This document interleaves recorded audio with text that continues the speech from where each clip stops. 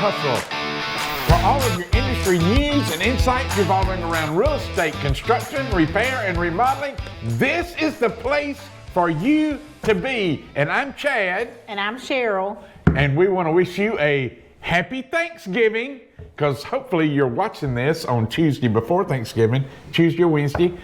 So we're like a week away from Thanksgiving, yes. Right? So right now when we're filming this. But so today last week we talked about the top questions around bathroom remodels.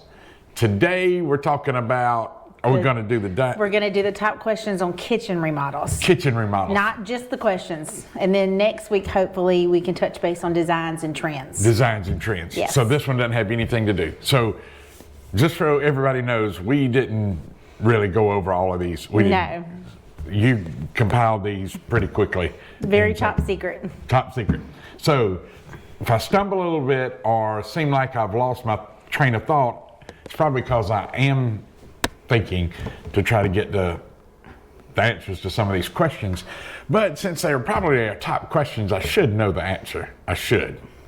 Most likely. They're very similar. I should know a lot of things. But very similar to what we have to deal with. Okay, so hopefully we'll be able to get these and nail those answers, and it's very helpful to you. So these questions, where do these questions come from? So these questions are questions that people call in and ask, or they'll send me an email and ask me, or they come from the Hard Hat Hustle tips. So it's hardhattips@gmail.com. We'll try to put that right there again. hardhattips@gmail.com. Send in your questions. Let us know what you're thinking. Anything around construction, real estate, repairs, or remodeling.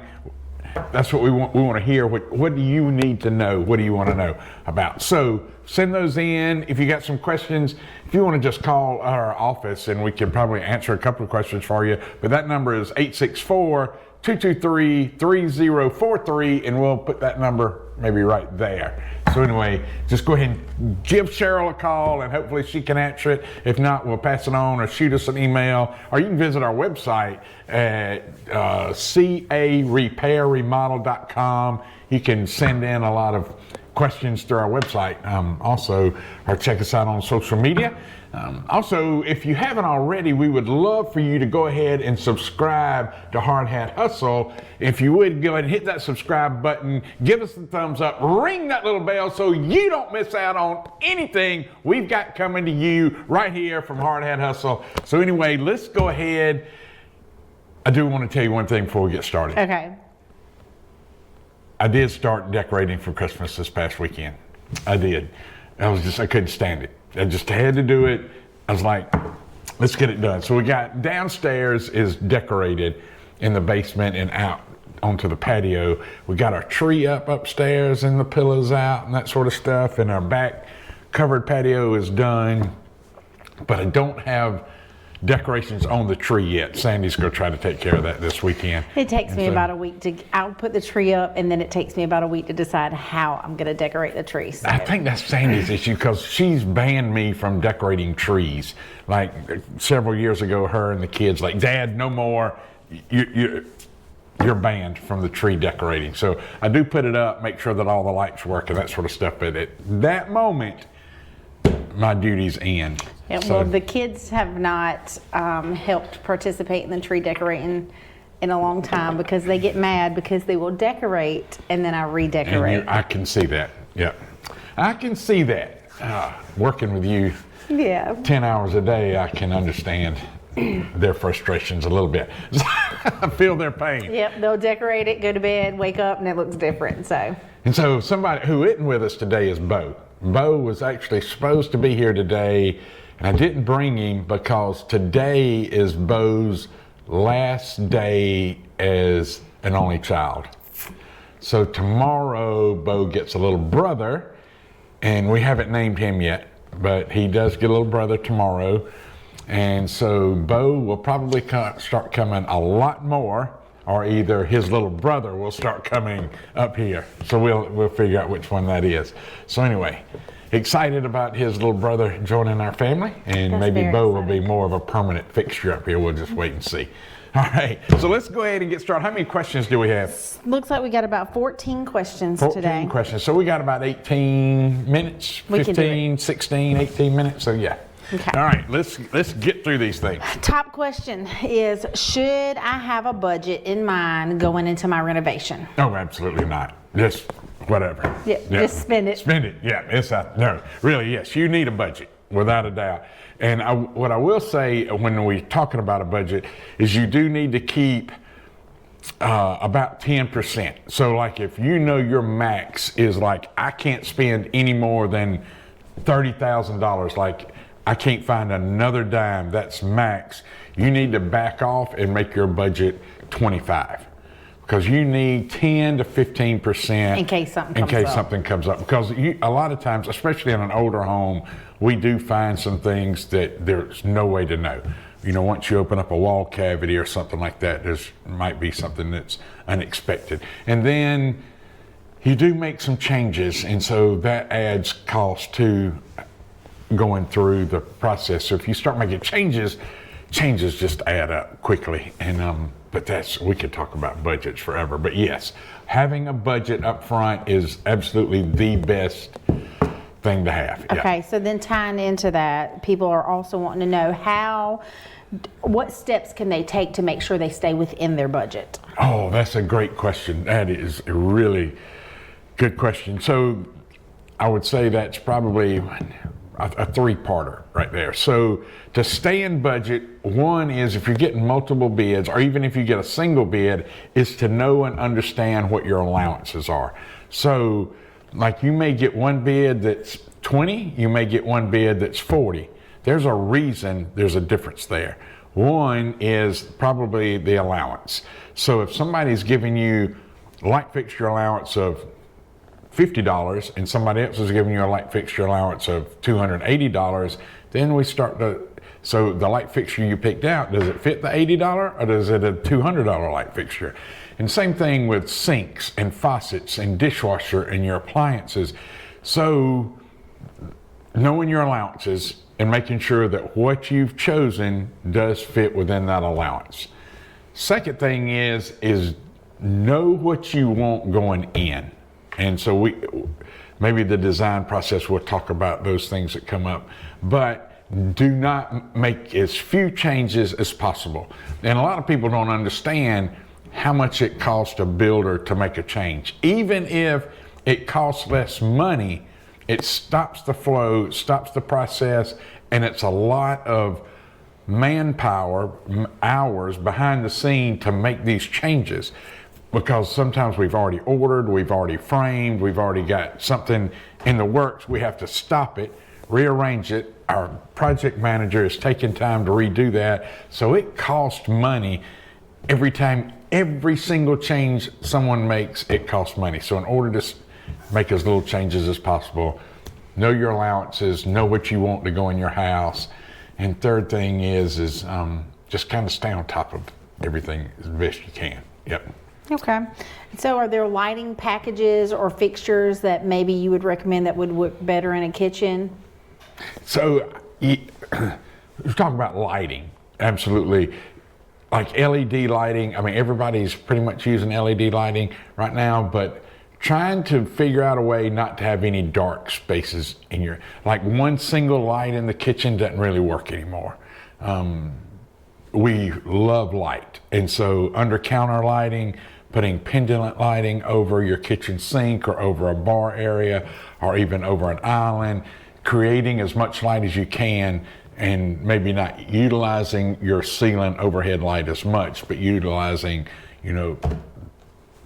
those other lights helps a lot. Yep. And then so people also want to know about kitchen appliances. What do they need? What's a must-have, and what can they kind of do without? So what do they need? Well, if you ask my wife, we don't need a stove. We don't need a cooktop. Just take out menus. Take it, right, and we can take all that out. We just need a refrigerator and a microwave. That's all the kitchen needs, according to my wife. So Sandy, if you watch this, I'm just joking. So what you do need a range and an oven, range top and an oven. It can be a freestanding oven all in one. You can do a double oven and a separate cooktop. You've got to have a really good vent hood, range hood. That's something that you really need, is not an inexpensive one. You've got to get something that's going to get that smoke and grease and start getting it out of the house, or at least capture it. That's dishwasher. That's one of those things. Some people love them, some people hate them. Microwave though, microwave, range, cooktop, range hood, those are the must-haves. Sink and faucet. The things that are like you would really want, and most people are look for when they purchase a house, is a dishwasher. They do want a dishwasher. Another great item to have is a pot filler. Do you have a pot filler in your house? No, and I wish we did. God, I wish I had one in mine, and I would use it every day, I think. But yeah, so a pot filler is a great appliance or faucet, however you want to look at that, if your budget can handle it, is to install that. They're not inexpensive. You do have to run a new plumbing line, but a pot filler is a great one. Microwave drawers, like the different style microwaves, and like they've got the microwave drawers, built-in microwaves in your base cabinets. A lot of different styles of dishwashers, but I mean, the list goes on and on. So at least a range, freestanding range hood, dishwasher, refrigerator. Okay. Yeah. And so that kind of ties into the next question. So the next question, people want to know what they can do to make their kitchen more energy efficient. So I'm assuming appliances is probably a big part, and lighting is probably a big part in that. Those are probably the two biggest, right? So you want to I think most every appliance now is Energy Star rated, but you do want to look at the energy rating on your appliances when you buy them. You do want to use LED lighting, try to find something low voltage that works really well. Let's see. Those are the two biggest things in your kitchen. You have a gas cooktop. I've got a gas range. We do too. Do you? And it heats up the kitchen really quick. So in the summer, you would really like to have a really good range hood to also get that heat out, so it's not heating up your entire house. Because you can really feel it in my house, the way my house is built and it's open. So that would help energy-wise also, just getting that heat out of there. Okay. Yep. And so we're going to skip down to a question because you just briefly touched on a question that we have. People want to know what plumbing and electrical work will be required when they're remodeling their kitchen. So that's a great question. It's a lot more than we realize, right? So when you remodel a kitchen, you need to upgrade your electrical. So you're disconnecting your kitchen sink, you're disconnecting your dishwasher, you're probably maybe adding a pot filler, so all of that plumbing is being done, usually changing the stops, because after a while those stops quit working, so you want to change those stops. Electrical, you're going to install additional outlets more than likely if you're remodeling your kitchen, because none of us have the outlets where we want them, and we don't have enough in a kitchen. And maybe some lighting. Yeah, and then you're going to add some lighting, and it might be low voltage, so then you're going to probably run some wires through a cabinet, so you've got to have a little bit of conduit or a way to hide that wire, either in the wall or in the cabinet somehow. So then you're going to probably add some can lights, maybe some pendant lighting. If you're adding a bar, you're going to do that. You're going to make sure that everything within a certain number of feet from your sink is GFCI. So you're going to make sure that works, and you catch that first outlet and it feeds everything down line from that. So being able to figure out what that is. So there's a lot of plumbing and a lot of electrical that goes into a kitchen remodel, and and if you start rearranging where your appliances are located, then that's a whole nother beast. Okay. That's reworking all those lines. And so then the next question, going back to the top. What's your recommendation? Custom cabinets or stock cabinets? Oh, great question. And a lot of times people go, I want custom cabinets, We do custom cabinets. We also do stock cabinets. I will say, really, in today's world, you really don't need custom cabinets. And when I talk about stock cabinets, I'm not talking about something we go to a big box store, we grab off the shelf and throw up somewhere. I'm talking about so this right here, these are what I would consider stock cabinets. They're pre-built. We order them, they come in, and we put them together. With all of the options that are out there now in what I would consider a stock cabinet, there's really no reason to go custom. But we still do custom cabinets because there are some design features that you can't get in a stock cabinet that some people just really, really want. But the finish and the quality of stock cabinets today is not the cabinets 5 years ago, 10 years ago. And you got to make sure that there's solid plywood, solid wood fronts, solid wood drawers, no particle board. And that's the same thing that custom cabinets are. Usually your custom cabinets come in a little bit larger pieces and they're not broke up quite as much, but you don't know the difference once they're installed, if they're installed properly and correctly, but all the features. So really, there's really not much difference. Okay. Sometimes and I'm sure that's something we'll touch base on next week too with designs. Yeah. Okay. Okay. And so then with stock versus custom, so then material for countertops, you can pretty much use anything, or do you have a recommendation? So no, you can use any countertop with stock or custom cabinets. They'll hold it. It doesn't matter if it's laminate, quartz, quartzite, granite, soapstone, it doesn't matter. Okay. You can use any top with them. Okay. So touching base on countertops, what about flooring? What's your recommendation for flooring in kitchens? Oh, God. That's a loaded question.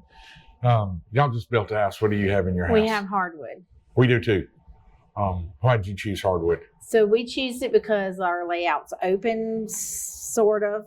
Our kitchen, it's the flow of the kitchen just flows, and we didn't want any transition. We just wanted it all to be the same. And because when you come in from the laundry room, you have the floor, you're in the hallway, and that would be hardwood. And then we didn't want to go into tile or something else and then go right back into hardwood. So we did it all hardwood. That's what we did. So we had planned, we just remodeled our house. And when you walk in our foyer, just at the end of the foyer, the kitchen's to the right, living room's directly in front of you. You got a living room. But if you look through our kitchen, it goes right into the dining room. It's a straight shot. So you can stand in the dining room and look all the way down to the bathroom. And so we were going to do ceramic tile because really that's probably my preference in a kitchen is ceramic tile. But because of that layout, we went with hardwood. And that's what we did. So, because we didn't want transitions either. Sandy made that decision. I would have probably ended up putting tile, but she said, nope. My husband made that decision too.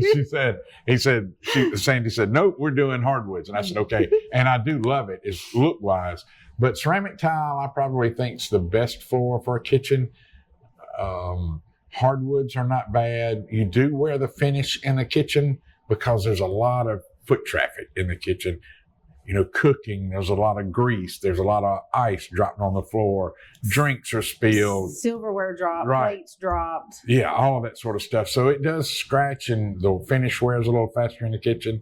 LVP works really, really well. Not laminate flooring, but the luxury solid vinyl planks. And you can get it in a variety of, shapes, sizes, textures. So that works really well. I would not use engineered hardwood, the plywood with the little finish on top.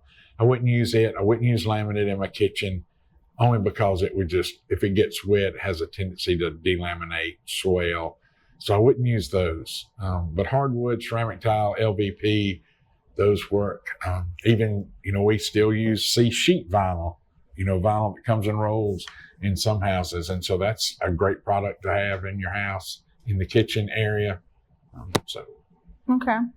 And then this is something that I wish I would have known the answer to before we built our house.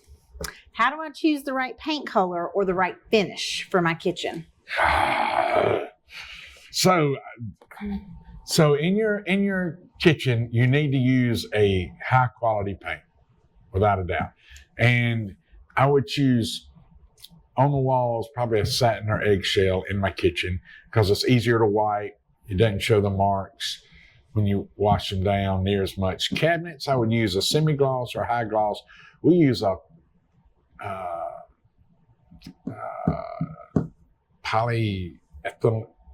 polyurethane, water-based urethane, I think, for our cabinets. I'm trying to remember. But anyway, from Sherwin-Williams, and it works really, really good on kitchen cabinets. It's very durable. And we usually use semi-gloss or high gloss on our cabinets just because, everybody likes the way it looks. And we're seeing a lot of high gloss. As I know it's a design trend right now, but we're seeing a lot of high gloss cabinets and trim in kitchens and throughout the whole house. But so I would also use a neutral color and not a wild color. And the reason is it costs a lot to paint cabinets and it costs a lot to paint a kitchen because you have so much to cover up and protect. So I would use a neutral color because it's a lot easier to change your decor than it is the paint color. Like it's easier to change a picture or some towels than it is the paint. Because you do have to cover up countertops and cabinets and make sure you don't get any on hardware. You've got to do all that. And if you're changing the color of your kitchen cabinets, then you got to take all the hardware off. And usually you're taking the doors off, you're taking those and spraying them, brushing everything, and putting it back on. It's not an inexpensive process. So I would go with a high quality paint, try to stay with something neutral, and then just change the color of your decor. That's what I would do. Okay. Yep. And so I know this is a question that I have asked you a lot, and it's good to know that people are thinking about it. But they want to know, if they remodel their kitchen, do they need to pull a permit, and who's responsible for pulling that permit? Yes, that is a great question, and we hate to keep beating a dead horse. But if you haven't seen Travis Lathran, our building official, 2 weeks ago, he was on here and we talked about permitting.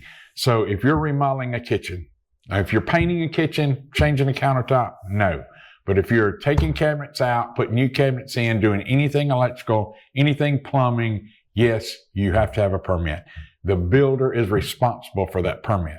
Now, homeowners can get their own permit if they're doing their own work. If they subcontract any of that work out, that person that they hire to do it must be licensed.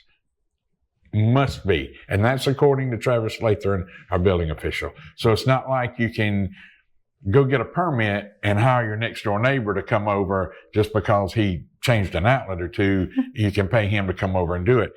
You're not supposed to. Whoever you sub work out to must be a licensed subcontractor. And so is there any way to verify that they are licensed? Yes. So they can go to South Carolina LLR and type in their name. So you do South Carolina LLR, you go to license lookup, and you can look up residential builder, and then you type in their last name, and then usually the town where they are, and it'll pop up. And it'll tell you whether it's a specialty or whether they're licensed as a residential builder. Specialty contractors are very limited in their scope of work. They can't do more than X amount of dollars unless they're bonded, but they can't do anything structural. They're very limited in their scope of work. So when you're doing it, it really needs to be, like if you hired a plumber just to come redo your plumbing, you can do a plumber or a specialty contractor. But if you're hiring them to do your whole kitchen, then they need to be a licensed contractor. Okay. Yep. And now, how long would a typical project take to renovate a kitchen? So a complete kitchen remodel, we're looking at about 3 weeks, somewhere thereabouts. And there again, it depends, if how much work are you really doing. So it could take anywhere from 3 or 4 days to 5 weeks, 5 or 6 weeks. And that's, 3 or 4 days is just changing some countertops, maybe putting new doors on and painting. If we're looking at 5 or 6 weeks, we're tearing all your kitchen cabinets out, redoing electrical, redoing all the plumbing, probably redoing some framing, putting everything back. So yeah. Okay. And so another question, people want to know, do they have access to that kitchen while it's being renovated? If you're just changing tops, refreshing a kitchen, usually we can accommodate that. We can make a makeshift countertop, and usually they can leave stuff inside their cabinets. But if replacing the cabinets and doing a full remodel, then no, there's usually not access to that kitchen. But they'll know that up front. Yeah, but they know that up front. Yeah. Okay. And so that covers all the questions that we have in kitchens. This one's more of a general question. And I only added it to the list because this week alone, I got asked this question a lot. People want to know, do we provide references? So yes. So, and that's a great thing for customers to ask is, maybe not up front. When you invite a contractor in to give you a bid, you're really wanting to feel that contractor out, and do y'all work well together? Are you on the same wavelength? Those types of things.